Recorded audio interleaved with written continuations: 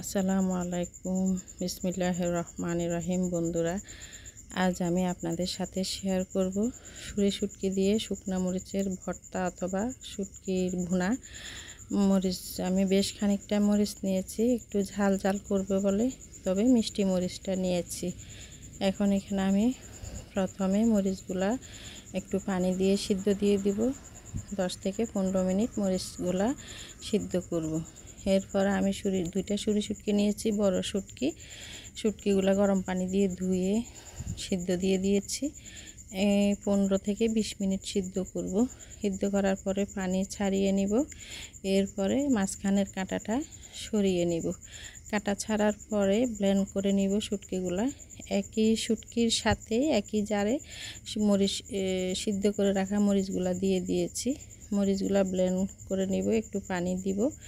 Blender করার পরে কিছু কাঁচামরিচ, 1.5টা রসুন, মোটা ধনিয়া পাতা দিয়ে আর একটু ব্লেন্ড করে নিয়েছি। এখন আমি ফ্রাই প্যানটা বসিয়ে বেশ খানিকটা তেল দিয়ে মোটা করে কেটে রাখা 3-4টা পেঁয়াজ দিয়ে দিয়েছি।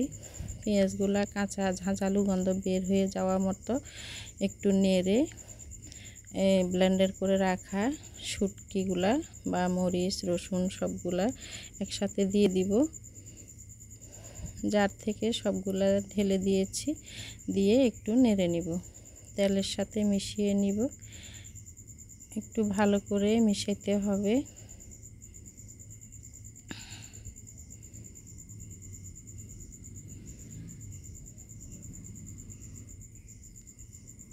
মোটামুটি মিশে এসেছে।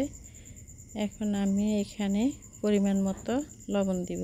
মরিচ এখন খুব বেশি দিব, লবণটা খুব বেশি দিব না, কারণ এগুলো শুকিয়ে গেলে তাহলে কড়া হয়ে যাবে লবণ। এর মধ্যে আমি যে জারটা ধুয়ে একটু পানি দিয়ে দিয়েছিলাম, 1/2 কাপ পরিমাণ পানি দিয়ে চুলার আঁচটা কমিয়ে সিদ্ধ করব। শুটকির কাঁচা গন্ধ বা মরিচের একটা গন্ধ থাকে, সেগুলি চলে যাওয়ার জন্য। শীতল শুটকি ভর্তা করলে যেরকম একটা গ্রান, ঠিক সেরকম গ্রান বের হয়েছে। আসলে শুটকি দিয়ে এভাবে ভর্তা বানানো একটা নিজের থেকেই বের করেছি রেসিপিটা। কি করব, বাজার থেকে তো আমরা অনেক টাইমে শখ করে শুটকি কিনে আনি, ঠকে যাই। এই শুটকিগুলো আমার মেয়ের দেবর কক্সবাজারে নতুন বিয়ে করেছে, হানিমুনে গিয়েছিল। ছেলে হানিমুন থেকে শখ করে বড় বড় শুটকি এনেছে, শুটকি দিয়ে মজা করে খাবে। এখন শুটকি আনার পরে দেখে শুটকিটা ভালো পড়েনি, রান্না করার পরে খাওয়ার উপযোগী না, কেমন জানি। অনেক মন খারাপ, বলে আন্টি কি করব, যেহেতু আমার বেআইন মারা গেছে, আমাকে একেবারে মার মতোই সম্মান করে, বলে আন্টি কি করব বলে মনটা খারাপ করছে। আমিও কি করব বুঝতেছি না, তাই আমি এখন নিজ থেকে এই রেসিপিটা তৈরি করলাম। খেয়ে ওরা কি বলে বা কি রিভিউ দেয় সে অপেক্ষা। এর মধ্যে পাশাপাশি আমি আরেকটা চুলে রান্না দিয়েছি, সবজি কাঁকরোল ভাজি।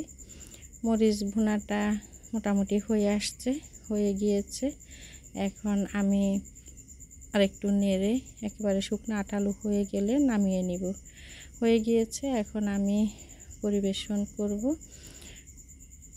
আর ভিডিওটি সম্পূর্ণ দেখার জন্য ধন্যবাদ।